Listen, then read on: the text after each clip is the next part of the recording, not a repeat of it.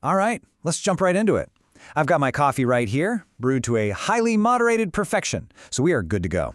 I'm Dr. Damian Wolf, a senior researcher specializing in psychology and metaphysics.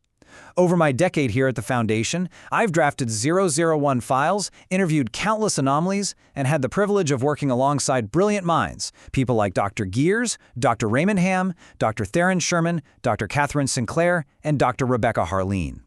Today, we're diving into a very specific training explainer, the postmortem of Incident 239B. Look, this isn't just a basic recap of things blowing up. This is an O5-level administrative deep dive into protocol breakdowns, emotional compromise, and the sheer, unpredictable volatility of reality-bending anomalies. And hey, considering my IQ is allegedly north of 186, I can absolutely promise you we're going to get through this impossible task without me needing to whip out a neon green yo-yo. So here's what we're looking at today. First, the SCP-239 threat profile. Second, protocol violations and emotional biases. Third, facility lockdown and containment failures. Fourth, reality benders and security vulnerabilities. Fifth, Dr. Gear's psychological containment. And finally, number 6, new security and behavioral protocols. We're going to walk chronologically through the cascading failures that gave us the absolute nightmare that was the Clef-Kondraki clash. To really grasp how Site-17 fell into total chaos, we've got to start with Section 1, the SCP-239 threat profile. We need to understand the catalyst at the center of the storm. Right, so who is SCP-239? Her name is Sigaros Stefan's daughter. Now, she might just look like your average, everyday 8-year-old girl, but her metaphysical capabilities are just staggering. She is a reality bender. Basically, if she expresses a will to do something on a basal psychological level and she is conscious, it literally just happens.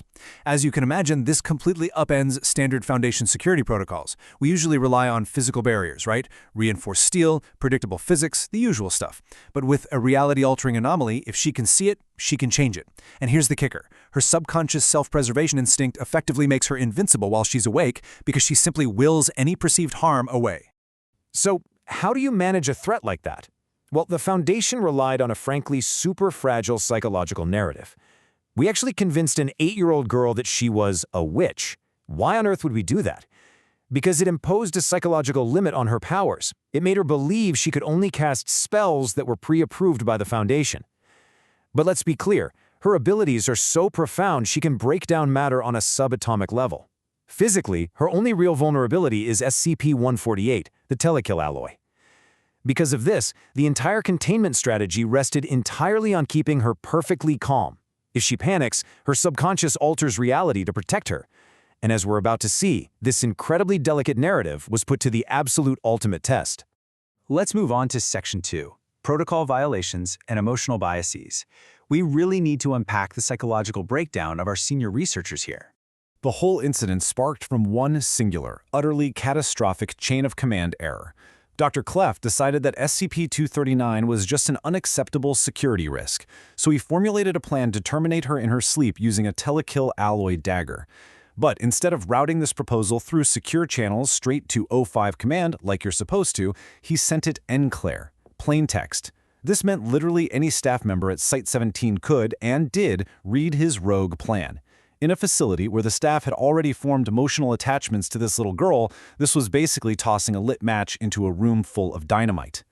You can really see the massive psychological divide between the two combatants right here. In his personal logs, Dr. Clef was operating under extreme paranoia. He openly called himself a liar, operating under the assumption that the entire site was already compromised by SCP-239's reality-shifting abilities, that she had basically brainwashed everyone into loving her. Then, on the flip side, you have Dr. Kondraki. During their physical fight, he actually told Clef that things aren't black and white, which shows this profound emotional defense of a Cater-class entity. He was willing to risk the entire facility just to protect what he saw as an innocent kid. So the huge takeaway here is that subjective emotional bias completely blinded both of these brilliant researchers. Dr. Clef's intense paranoia stripped away his adherence to protocol. He skipped O5 approval because he genuinely believed the system itself was corrupted. Meanwhile, Dr. Kondraki's paternal instinct completely hijacked his scientific objectivity, leading him to weaponize site assets just to protect an anomaly that could unmake the world. As an impartial observer, I really have to stress this. Neither doctor was acting on Foundation logic. This was a complete, catastrophic failure of leadership fueled entirely by unchecked psychology. Which brings us to Section 3, Facility Lockdown and Containment Failures. This is where the psychological breakdown manifests in the physical world. Just look at how incredibly fast things escalate when anomalous assets go up against each other. Dr. Clef breached the site at 0445. Just over an hour later, reality itself starts bending. Hallways are literally turning into dead ends and exploding in showers of light. By 0645, a level 4 biohazard lockdown is triggered, trapping everybody inside.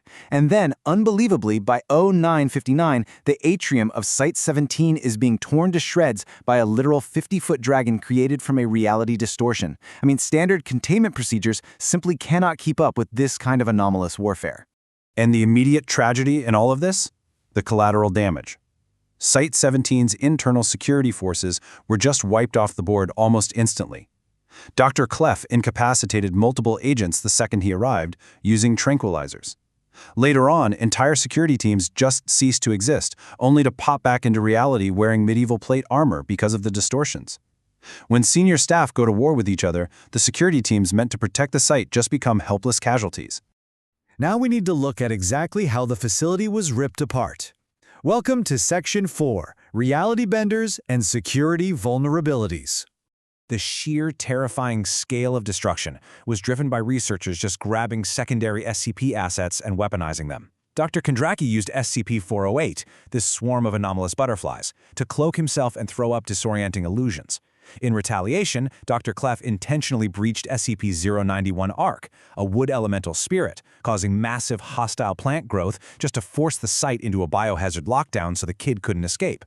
Administrator Kane Pathos Crow actually joined the fight inside SCP-244, a modified walker with a crystal cannon, turning a highly aggressive SCP into a frozen lawn ornament. And then Clef used SCP-776, a set of anomalous dice, to basically flood and freeze all of Sector 7. These are absolutely massive security vulnerabilities. Both researchers blatantly bypassed physical containment doors. They gained totally unauthorized access to Keter, Euclid, and safe-class entities. They deliberately triggered the facility's automated biohazard responses to manipulate the battlefield.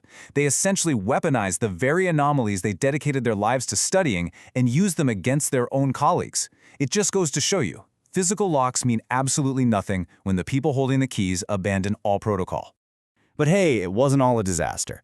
Let's shift our focus to Section 5, Dr. Gear's psychological containment. This was spearheaded by a man I have a tremendous amount of respect for. You want a perfect contrast? Look at how these two approach the crisis.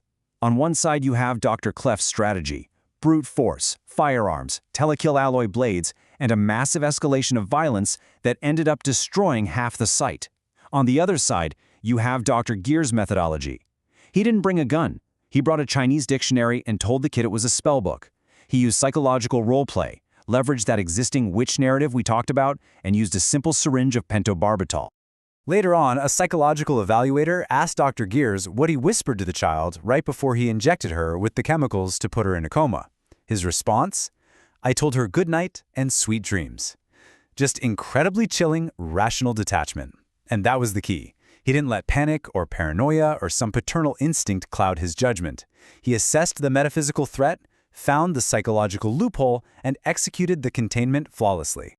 And that is exactly why understanding the anomaly psychology beats brute force every single time.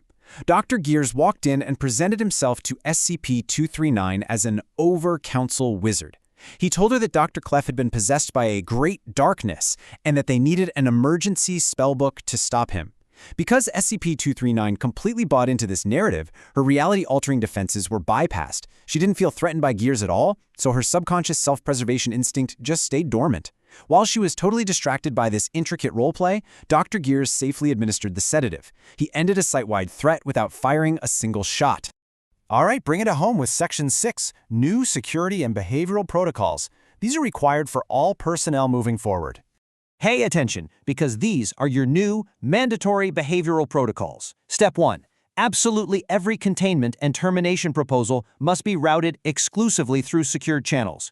We literally cannot afford another Enclair panic. Step 2. When you are dealing with childlike reality benders, you maintain the approved narratives and roleplay precisely. Do not go off script. Step 3. You have to actively monitor yourself and avoid emotional attachments to humanoid anomalies. Professional detachment isn't just a suggestion, it's literally a survival mechanism. Because if you ignore these protocols, well, just look at the aftermath. 45% of Site-17 was completely ruined.